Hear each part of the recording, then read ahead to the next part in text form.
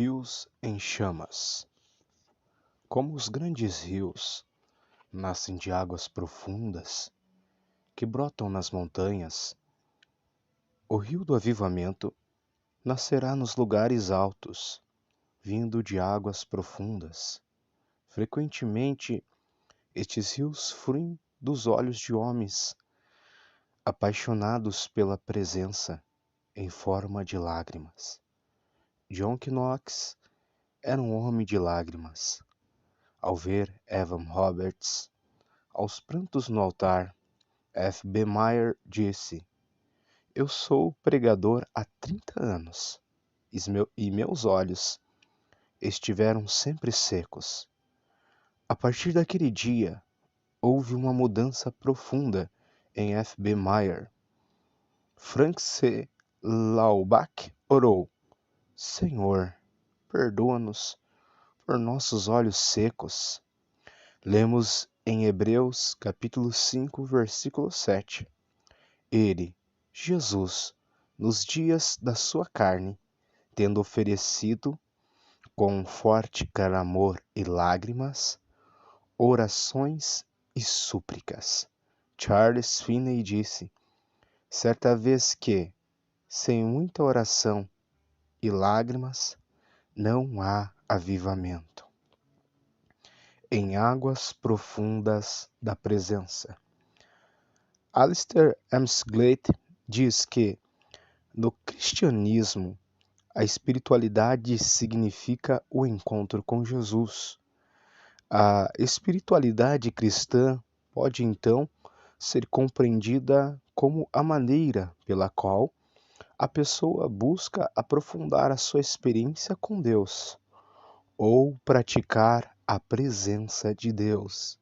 Em seu livro, John Knox, o fundador do puritanismo, Lloyd Jones comenta que é tradicionalmente a referência ao efeito da sua pregação sobre Maria, a rainha dos escoceses. Ela dizia que tinha mais medo das suas orações e da sua pregação do que de muitos regimentos de soldados ingleses. Randolph, homem da corte e embaixador, disse o seguinte a respeito dele e da sua pregação: "A voz de um único homem é capaz de, em uma hora, pôr mais vida em nós do que 500 trombetas, ressoando continuamente em nossos ouvidos." A voz que há de ser ouvida em público pelos homens será aquela voz que tem sido ouvida por Deus em secreto. Jó, capítulo 29, versículos 2 a 11. John Knox era um pregador poderoso. Ele colocava mais vida em seus ouvidos, em seus ouvintes a partir do púlpito, em uma hora, do que 600 trombetas. Em tempos de avivamento, há uma atração exercida pelo céu na terra, redirecionando-a para cima. Pense num ímã. Há um raio de magnetismo em torno dele.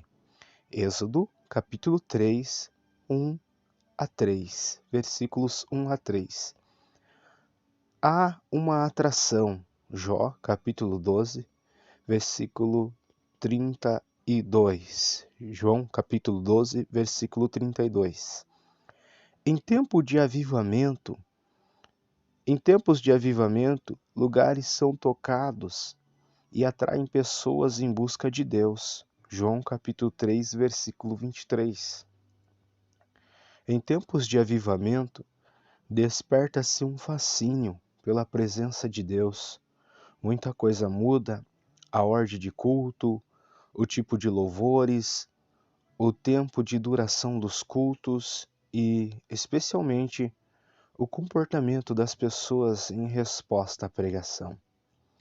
É comum ver as pessoas negociarem seus maiores tesouros, coisas, pessoas, o tempo, por causa do fascínio do tesouro maior, que é a presença do ser amado.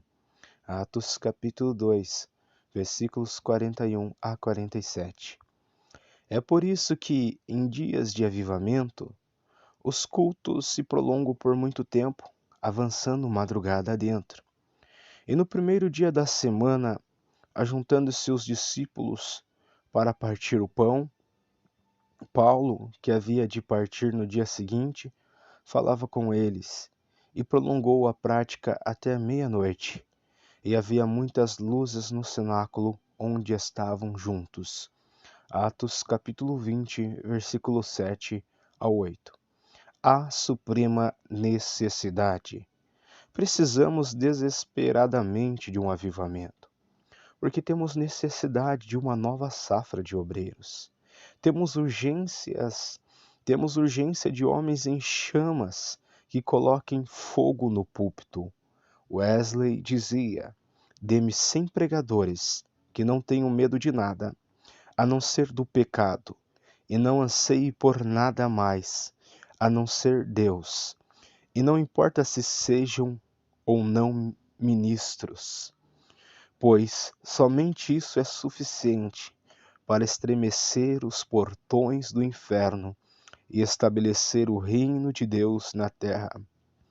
Em tempos de avivamento, o ministério da pregação é reativado com poder e com operação de curas e milagres. Dwight L. Moody, depois de ter tido a experiência do derramamento do Espírito Santo sobre ele, disse: continuei pregando os mesmos velhos sermões que pregara antes. Todavia, ele acrescentou, eles eram completamente diferentes. Os mesmos sermões e, no entanto, não eram mais os mesmos sermões. Havia neles uma demonstração do Espírito e de poder. Algo semelhante aconteceu com Maria Voivod Ether, William Seymour, Evan Roberts, Aimee McPherson, Kathryn Kuhlman, os quais experimentaram uma ativação surpreendente em seus ministérios, através da operação de milagres extraordinários, mediante a palavra pregada com poder. Joe Owen e o fogo de santidade. Em tempos de avivamento, Deus levanta homens santos. Joe Owen foi usado poderosamente por Deus para marcar a sua geração e estabelecer marcos para o avivamento, que desencadeou um movimento extraordinário de paixão pela presença inigualável. Ele está entre os escritores mais importantes do século XVII. É reconhecido como um poderoso pregador e um homem apaixonado pela presença. Nascido em 1616, provavelmente ele foi o maior pastor teólogo entre os puritanos na Inglaterra. E, como diria J. Packer, John Owen foi o maior entre os gigantes puritanos. Os 24 volumes escritos por Owen, excluindo a sua teologia bíblica, ainda são impressos moldando e alimentando os pastores de nossos dias. John Piper comenta em seu livro Uma Vida Voltada para Deus que ele era um homem de incrível atividade. Apesar disso, ele era apaixonado pela presença. Ele era um mergulhador radical que não negociava o seu tempo a sós com o Senhor. A paixão de Owen não era o desempenho público, e sim a santidade pessoal. Ele era incendiado pelo fogo da santidade. Ele escreveu: o desejo do meu coração para com Deus é o principal objetivo de minha vida. Que a santidade universal seja promovida em meu próprio coração, bem como no coração e no viver de outros. Comunhão profunda com a presença. Joe Owen define assim a comunhão com Deus. Nossa comunhão com Deus consiste na comunicação dele mesmo conosco e em lhe respondermos com aquilo que ele requer e aceita, fruindo daquela união em Jesus Cristo que em Jesus Cristo temos com Deus. Works, obras, 2.8. Um dos seus biógrafos descreveu a vida pública de Joe Owen deste modo: em meio à confusão da controvérsia teológica, as envolventes e desconcertantes atividades de uma posição pública elevada e ao desânimo indiferente de uma universidade, ele vivia perto de Deus e, como Jacó, em meio às pedras do deserto, mantinha comunhão secreta com o eterno e invisível. Owen era um homem de oração.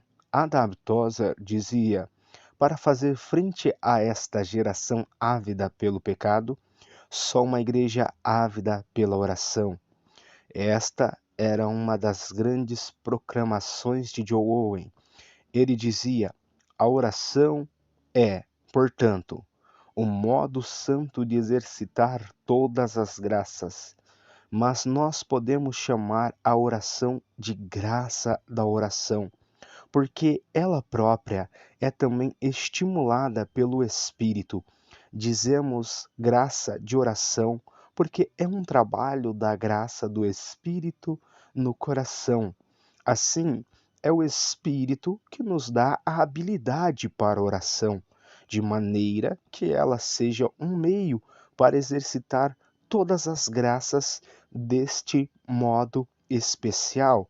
Se o Espírito prometido é de súplicas, isto significa que ele fará com que aqueles que em cujos corações habita abundem mais e mais em oração. Owen dizia que, se não mantivermos um espírito constante de oração, seremos perturbados por uma avalanche constante de tentações. O hábito mais poderoso da terra. Marcar um horário para estar com o Senhor todos os dias é essencial para criar o hábito mais poderoso que existe na face da terra. Esse hábito lhe marcará um novo compasso em seu relacionamento com Deus, dará um novo ritmo à sua vida, criará uma nova estrutura em seu interior que o manterá firme diante das pressões internas e externas. Efésios capítulo 6, versículo 10. Protegerá a sua alma das investidas do inimigo. A prática diária da presença irá arar o seu coração, preparando para as sementes das revelações das Escrituras Sagradas. Inundará de luz os seus olhos com a luz da face do Altíssimo, para descobrir as maravilhas escondidas na palavra de Deus. Acenderá a lâmpada do seu coração, Salmos 18. Quebrará o poder dos hábitos pecaminosos que o prendem há anos. Mudará o seu caráter, ampliará as suas perspectivas, sondará o subsolo do seu ser e curará lembranças e traumas que se encontram lá, sedimentados há anos, inacessíveis à sua percepção. Você terá uma restauração detalhada das suas emoções. Você assemelhar-se-á a uma obra de arte nas mãos do grande restaurador. Você voltará à origem para a qual foi criado, estar na presença de Deus e desfrutar da sua maravilhosa companhia. G.K. Chesterton declarou: santo é aquele que supervaloriza o que o mundo negligencia. Passando um longo tempo na presença. John Owen dizia que aquele que está mais presente no púlpito, diante do povo, do que em seu quarto de oração, em favor dele, não passa de mau sentinela. Ele investia tempo desconectado de suas inúmeras tarefas públicas para estar a sós com o Senhor. Um pregador que não ora não pode ser chamado de pregador, disse E. M. Bonds. Joe Owen era um homem fervoroso na sua busca pelo Senhor. Thomas Brooks declara que orações frias sempre congelam antes de chegar ao céu. É preciso ter paixão pela presença, pois, como declara Matthew Henry, sempre que Deus tenciona exercer misericórdia para com seu povo, a primeira coisa que ele faz é levá-lo a orar. A chave é o lugar secreto. Owen se retirava para estar com o Senhor diariamente nas primeiras horas do dia. Philip Yancey diz em seu livro Oração que aprendeu em Hasting Time with God, passando tempo com Deus, que o tempo passado com Deus não é perdido, mesmo quando assim parece. Ficar na companhia de alguém que se ama nunca é uma perda de tempo, especialmente se aquele em cuja companhia eu ficar for o próprio Deus. E Ansel comenta que Marta queixou-se de que Maria perdia tempo aos pés de Jesus, enquanto o trabalho se acumulava. Judas questionou por que essa mesma Maria desperdiçou um perfume caro, derramando-o sobre Jesus. E Ansel conclui que qualquer tempo passado em oração parece perdido aos olhos de quem tem outras prioridades que não sejam um relacionamento com Deus. Para alguém que ama a Deus, todavia, não há nenhum ato mais produtivo nem tão necessário. O tempo na presença é uma terra fértil. Ele trará uma grande colheita nos empreendimentos da vida diária em prazer, satisfação e alegria em Deus. George Miller, o grande guerreiro da oração, disse: percebi mais claramente do que nunca que a mais importante primeira atividade que deveria observar a cada dia era alegrar a minha alma no Senhor. Desta forma, seremos capazes de sofrer a perda de todas as coisas, nos sacrifícios de amor e considerando motivo de grande alegria. Desconectar-se.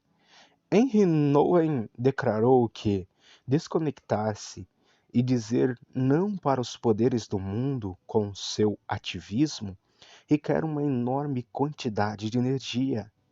A única esperança que temos é encontrar algo tão, tão obviamente real e atrativo a qual eu possa dedicar todas as minhas energias e dizer sim. Dessa forma, não tenho tempo para dar atenção às minhas distrações.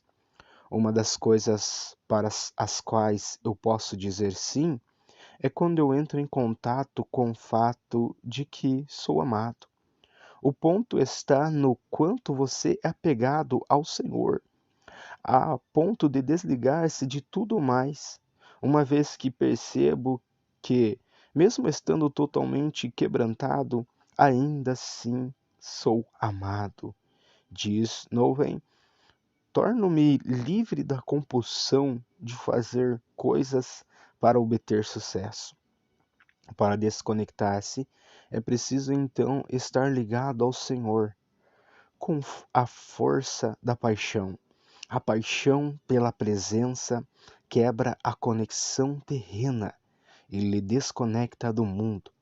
Se você não focalizar o coração no fato de estar com o Senhor, amando-o com exclusividade, não conseguirá atingir as águas profundas.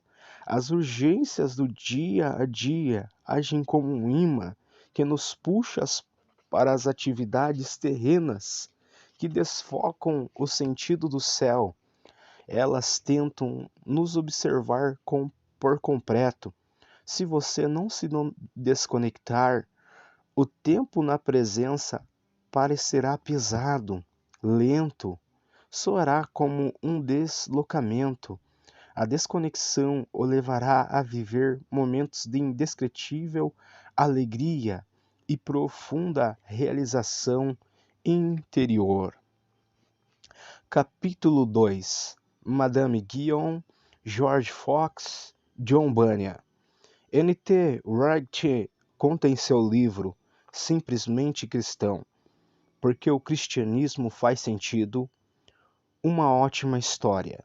Existiu certa vez um ditador poderoso que governava seu país com mão de ferro. Cada detalhe do cotidiano das pessoas era avaliado e colocado em prática de acordo com o sistema nacional. Nada escapava ao seu controle. O ditador, então, resolveu pavimentar as fontes de águas do país com uma grossa camada de concreto, de modo a impedir o surgimento de qualquer filete de água. A água de que as pessoas necessitavam estaria disponível por meio de um sistema de esgotos racional e complexo. Oportunamente, seriam colocados vários produtos químicos na água. O suprimento de água seria controlado pelo ditador. Todos receberiam a quantidade de água decidida por ele. O plano funcionou bem por alguns anos. As pessoas se acostumaram à água do novo sistema. Apesar de ter um gosto estranho algumas vezes, de tempos em tempos eles lembravam com saudade dos riachos borbulhantes e das fontes de água fresca que costumavam desfrutar à vontade. Alguns problemas atribuídos pelas pessoas antigamente à irregularidade das fontes desapareceram. Contudo, o ar agora estava tão poluído quanto a água. O ditador, por sua vez, não fazia nada para resolver esse problema. De um modo geral, no entanto, o novo sistema parecia eficiente e as pessoas elogiavam o ditador por sua visão de longo alcance. Uma geração se passou, tudo parecia bem, até que, sem aviso prévio, as fontes que haviam continuado a borbulhar e a brotar debaixo do concreto sólido não puderam mais ser contidas. Em uma explosão repentina, semelhante à erupção de um vulcão, seguida de um terremoto, e elas irromperam através do solo. No início, juntamente com a água, apareceu o barro e a sujeira que a poluía. Ao jorrar com força, porém, a água limpa veio à tona, escorregando pelas ruas e pelas paredes das casas, lojas e fábricas. Rachaduras rasgaram as ruas ao meio e o caos tomou conta das cidades. Algumas pessoas, porém, ficaram radiantes. Por fim, poderiam desfrutar novamente da água sem depender do sistema. Enquanto isso, as pessoas que gerenciavam os esgotos oficiais ficaram perdidas. De repente, todos tinham água mais que o suficiente, água pura, cristalina, mas ela já não podia mais ser controlada. Fiz apenas algumas adaptações a fim de ilustrar o que ocorreu quando se tentou cercear o cristianismo no período da Idade Média. O ditador representa a liderança monopolizadora que esteve à frente da igreja durante esse período. A água representa a graça. A grossa camada de concreto representa o sistema de controle imposto pela liderança papal e o sistema racional de distribuição de água, a tentativa de confisco da obra do Espírito. essa foi uma época sinistra da história do cristianismo. As terríveis barbaridades cometidas pela liderança contaminaram a igreja, trouxe mau cheiro à fé. A teologia putefrou por causa do paganismo que dilacerou mortalmente o coração da sã doutrina cristã. O cheiro fétido da simonia, da corrupção e da prostituição polui a atmosfera criada pelo Espírito Santo na igreja de Atos. É deste ambiente que o Senhor levanta Madame Guion para guiar muitos às águas da presença. Alistair M.C. Glatt declara: como os grandes rios nascem de águas profundas que brotam nas montanhas, o rio do avivamento nascerá nos lugares altos, vindo de águas profundas.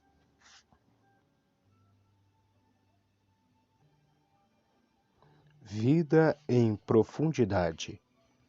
Madame Guion disse em seu livro Experimentando as Profundezas de Jesus Cristo que você deve se tornar como a abelha que penetra nas profundezas da flor, mergulhar bem fundo para remover-lhe o néctar mais escondido. Charles Swindoll diz que a vida marcada pela profundidade só pode ser cultivada em longos períodos de tempo passados em silêncio na presença. Mateus capítulo 6, versículo 6.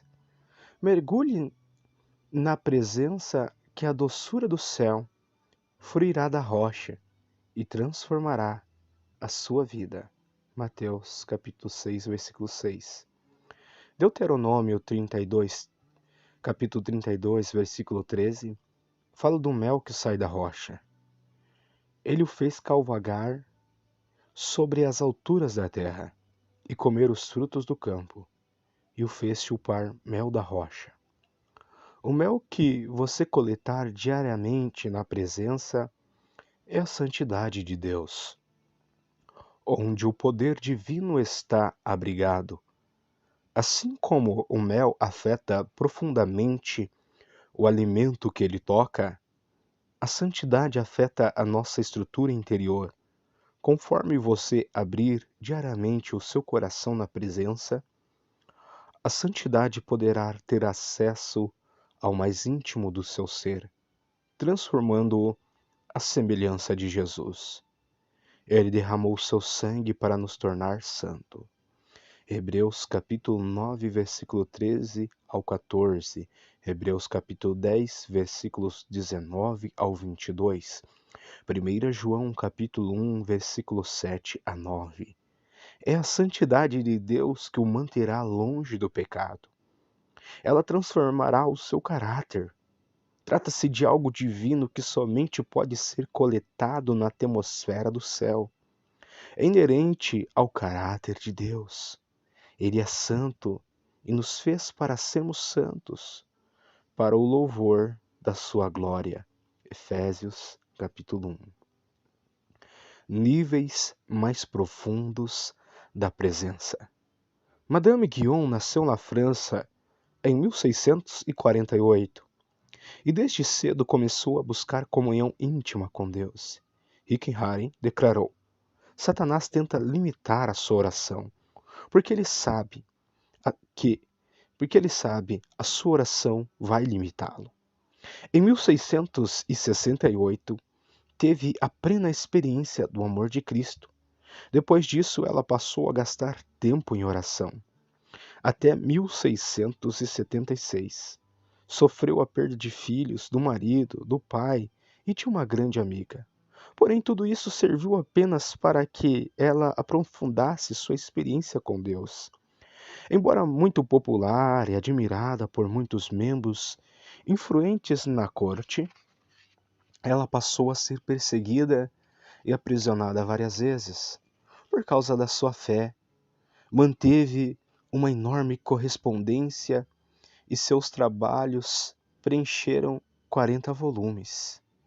Seus escritos mais famosos foram um método muito curto e fácil de orar e sua autobiografia, experimentando as águas profundas da presença. Os escritos de Madame Guyon, experimentando as profundezas de Jesus Cristo e experimentando Deus através da oração, influenciaram grandemente homens como John Wesley, Atman Nee, C.S. Lewis, Zinzendorf, André Murray e milhares de outros cristãos, encorajando-os a mergulharem em níveis mais profundos da presença. Madame Guyon amava ao Senhor plenamente. Ela dizia: a maioria dos cristãos não percebe que é chamada para uma relação mais profunda, interior com o seu Senhor. Mas todos nós fomos chamados às profundezas de Cristo, tão certo como fomos chamados para a salvação. Guion escreve em seu livro As Profundezas da Oração como você deve se desconectar das atividades diárias e dos sons da terra para ligar-se ao Senhor, como um exercício espiritual definido. Ela dizia: primeiro, logo que chegue à presença de Deus, permaneça em silêncio respeitoso por um pouco de tempo. Permaneça em sua divina presença sem estar preocupado sobre o que orar. Simplesmente desfrute de Deus. Não procure nada de Deus neste período, a não ser amá-lo e agradá-lo, até que se derrame sobre nós o Espírito lá do alto.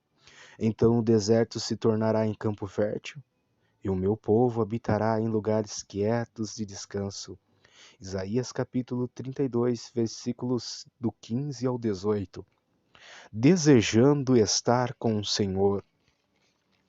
O grande missionário da África do Sul, André Murray, que foi influenciado por Madame Guyon, experimentou de forma muito profunda a presença do Senhor em sua vida.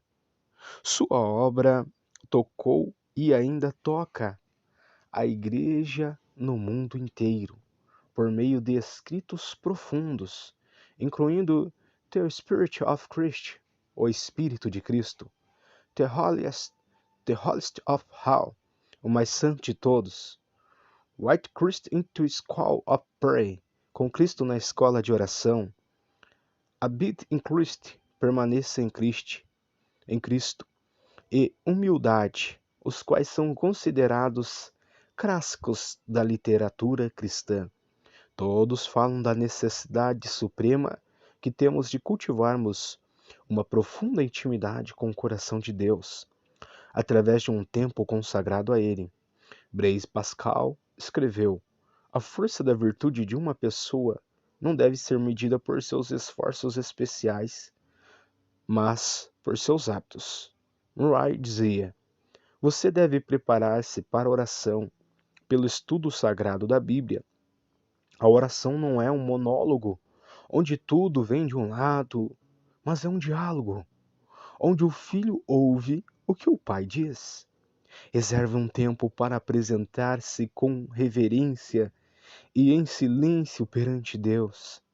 Lembre-se da sua grandeza, santidade e amor. Além da duração do tempo que passamos com Deus em oração, devemos considerar a força com que a nossa oração governa toda a nossa vida. Valor da meditação. Madame Guyon continuou seus ensinamentos e por isso foi detida 4 vezes, a última das quais por 4 anos, 1964 a 1702. Ela escreveu as seguintes palavras de uma prisão francesa: o cristão cuja mente está voltada para o céu caminha pela fé, simples e pura. E quando ele olha através dos seus próprios olhos, é como se ele estivesse olhando através dos olhos de Deus.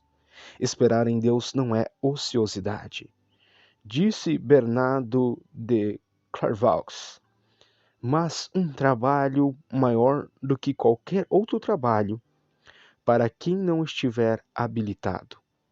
Meditar requer tempo e preparação. A melhor preparação geral para a meditação bem-sucedida é uma convicção pessoal de sua importância e uma firme determinação de perseverar na prática. Escreveu P.T. Horbach. Madame Guyon escreveu cerca de 60 obras e compôs poemas e hinos como Eu amo o Senhor, mas não com meu amor, e longo mergulho na aflição. Guyon sugere que, a partir do momento em que se colocar na presença de Deus, leia alguma verdade substancial, faça uma pequena pausa, não para empregar a razão, mas para fixar a mente. O principal exercício é sempre a presença de Deus.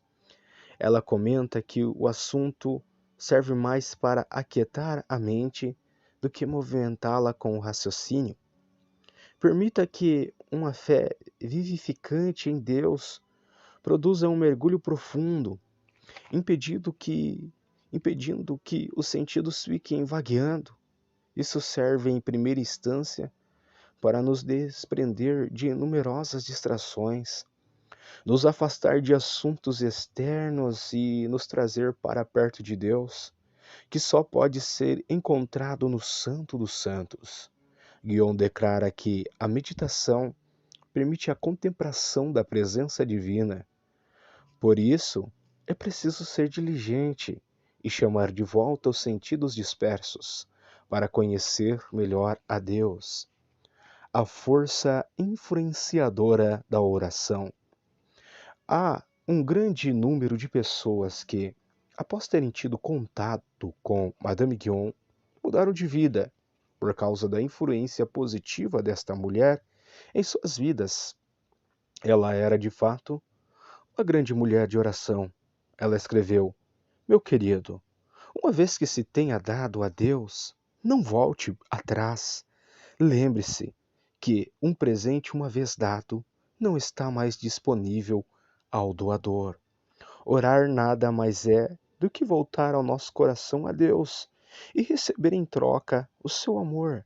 Pela oração, podem viver na presença de Deus com o mesmo esforço com que vivem neste ar que agora estão respirando. Precisamos colocar diante dele o que está dentro de nós, não o que deveria estar. William Shakespeare disse: Minha coroa está em meu coração e não em minha cabeça. O novo coração é dado por Deus, segundo o seu espírito. Ezequiel capítulo 36, versículo 26 ao 28. O novo coração é a chave para uma vida abençoada. Ezequiel capítulo 36, versículo 29.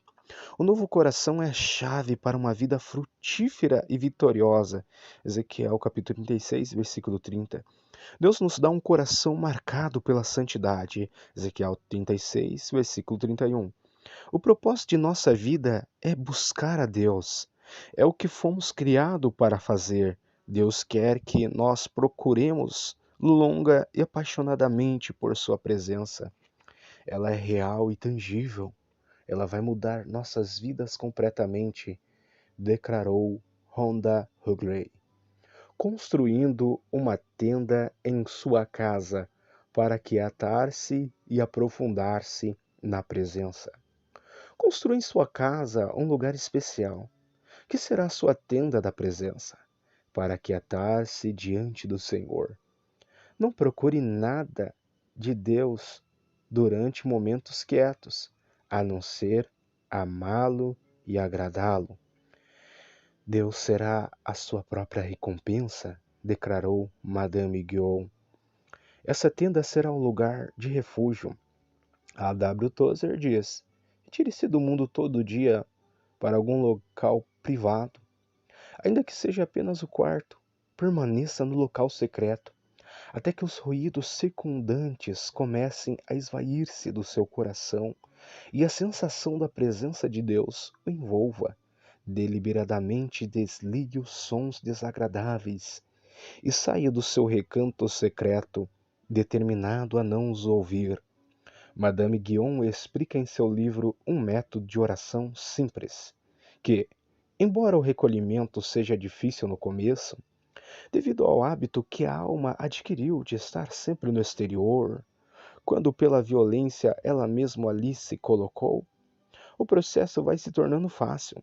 Parte pela força do hábito, parte por causa de Deus, cuja vontade é de se comunicar com seus filhos amados, concedendo-lhes abundantemente graça, e parte por causa do júbilo experimental de sua presença, que facilita enormemente todo o processo. A oração nos permite ouvir os sons do céu e tocá-lo. 1 Reis, capítulo 18, versículo 41. A oração transforma a terra seca em terra frutífera. 1 Reis, capítulo 18, versículos 42 ao 45. Tiago, capítulo 5, versículo 18. A oração traz o poder do céu que acelera a obra na terra. 1 Reis, capítulo 18, versículo 46. Ó Senhor, manifesta coisas profundas. Jó, capítulo 12, versículo 22. Ele opera em domínios muito além da nossa capacidade de compreender, mas espera que nós exploremos aquilo que está além do que é óbvio.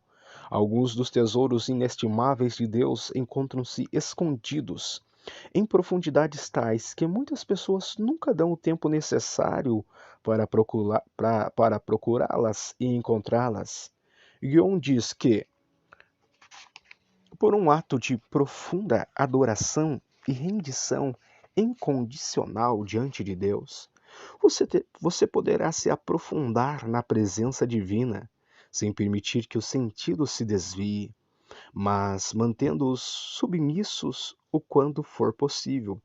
Ela explica que, quando a presença divina nos é confiada e gradualmente começamos a apreciar o silêncio e o repouso, esse desfrutar experimental da presença de Deus introduz a alma num nível mais profundo da oração.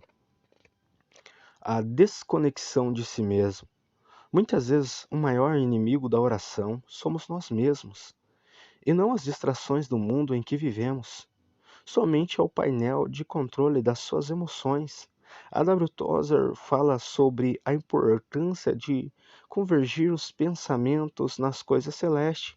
Caso contrário, você enfrentará dificuldades de manter o foco no Senhor enquanto ora. Você poderá fazer isso até mesmo enquanto trabalha. Pratique a candura, a sinceridade da criança, a humildade. Ore pedindo olhos simples. Leia mais daquilo que é importante para a sua vida interior. Jamais permite que a sua mente fique dispersa por muito tempo. Tozer diz que nós precisamos chamar para casa os nossos pensamentos errantes. Contemple Cristo com os olhos da alma.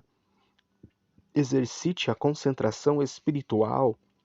Tudo o que anteriormente foi dito depende da correta relação com Deus por meio de Cristo e da meditação diária nas Escrituras. Faltando estas coisas, nada nos ajudará.